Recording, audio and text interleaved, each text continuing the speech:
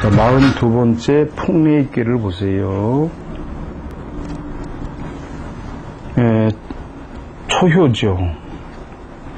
명치 24년 풍흉, 농사입니다. 농사가 풍년이 드느냐 흉년이냐를 점쳐서 이게 초효를 얻었다. 익괴는 뇌의 생기가 발하여 풍의 기운을 유통시키는 것이죠. 바람을.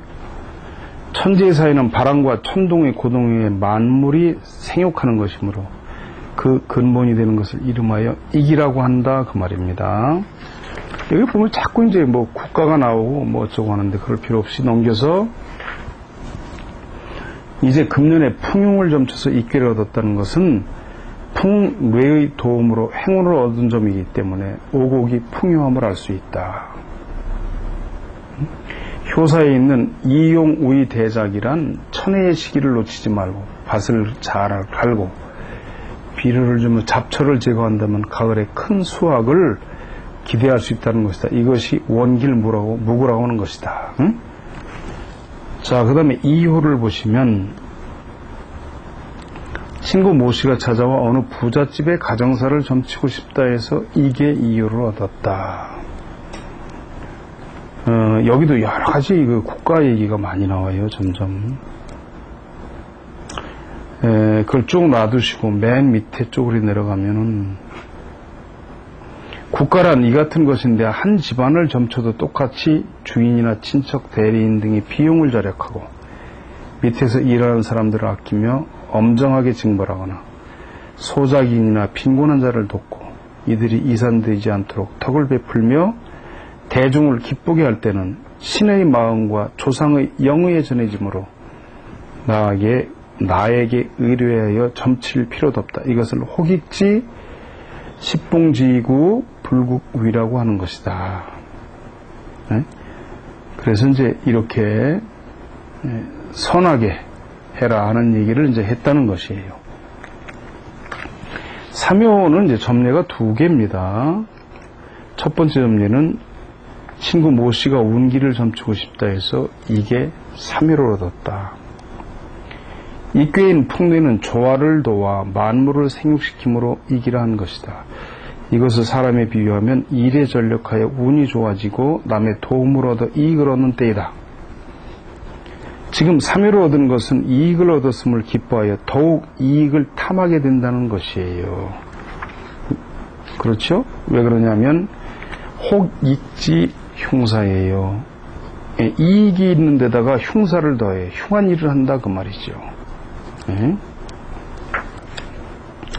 그 여기 보시면 돈에 곤란받고 있다고 보이면 이것을 이용해 고리를 취하려 하고 상환 기일을 넘기면 체납금을 독촉하는 거 하면 대리인을 거래의 도구로 쓰고 재판소를 지점처럼 여기며 많은 사람의 재산을 다 써버리게 하여 처자를 이산시키는 것을 예로 한다 이 말이죠. 네? 그렇기 때문에 몇 점이 당신 이걸 할 수 있겠느냐. 지금 이 사람은 이익이 나는 것에 기뻐해서 흉한 일을 하고 있다 그 말이에요. 점례 2 보시면 명치 25년 1892년 4월 나는 북해도 탄광철도회사에 취임하여 사장에 취임해서 눈 속에 철도 광산을 순회하여 추위 때문에 감기에 걸렸다. 그래서 삿포로 여관에 머물며 그날 저녁 독일인 원장과 부원장의 진찰을 받았으나 40도가 넘는 고열로 다음날 아침을 기다려 입원했다 이 말이죠. 그래서 입소해서 이게 3위를 얻었는데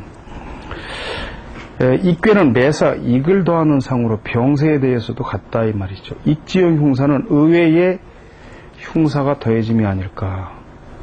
그리고 오늘 이것을 면할 방법은 없지만 다음 날은 제4요에 해당하여 이용천국 나라를 옮기는 것이 이롭다 이 말이죠. 그러니 거처를 바꾼다면 좋다는 생각이 들어 즉시 부원장을 불러 역단에게 어쩔 수 없으니 병을 무릅쓰라고도 출발하겠다. 약을 보충해달라 해가지고 다음날 아침 배를 타고 함관을 떠났는데 그런데 삿포로의 본사로부터 전보가 왔다.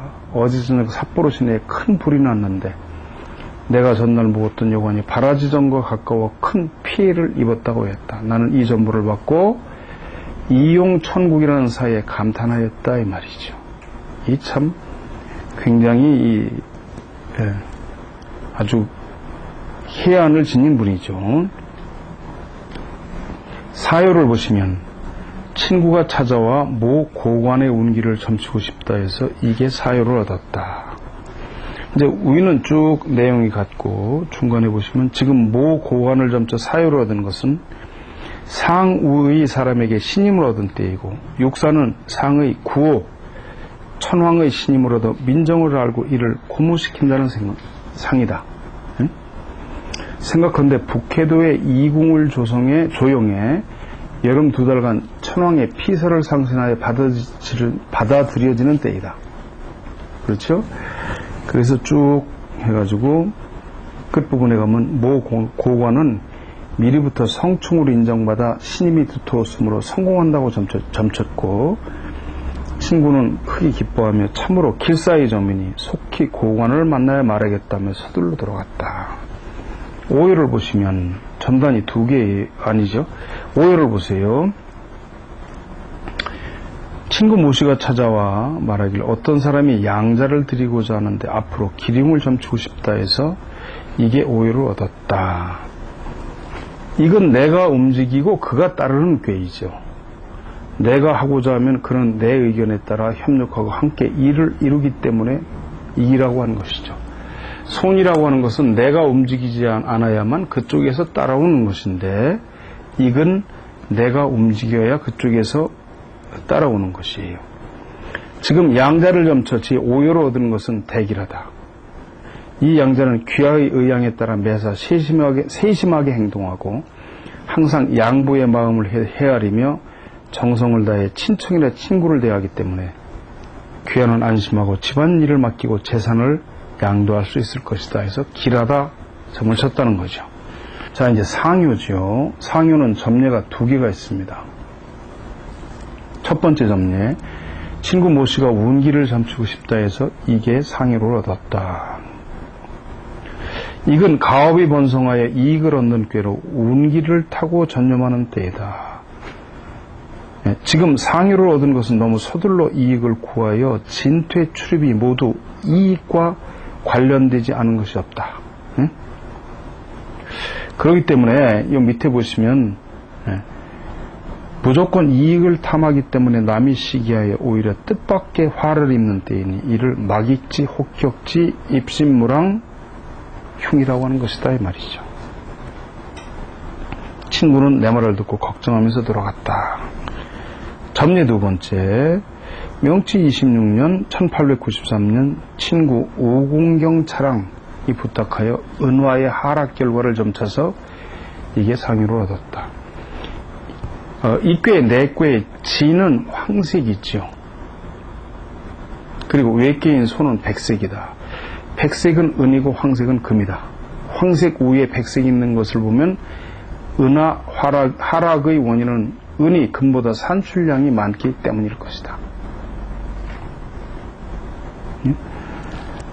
효사에 막익지 혹격지 입신무랑흉이라 했는데 막익지 혹격지란 은은 금의 공격당함을 가리키고 입신무랑이란 지금 시세는 변동이 심하다는 것이니 조금도 안심할 수 없다는 것이다. 그래가지고 이제 쭉 보면은 초요부터 상요까지는 6년이 되죠. 그리고 이게 변하면은 술의 준이 된다 이 말이죠. 그러면 준은 어렵다 그 말입니다. 그리고 나면 택천꾀인데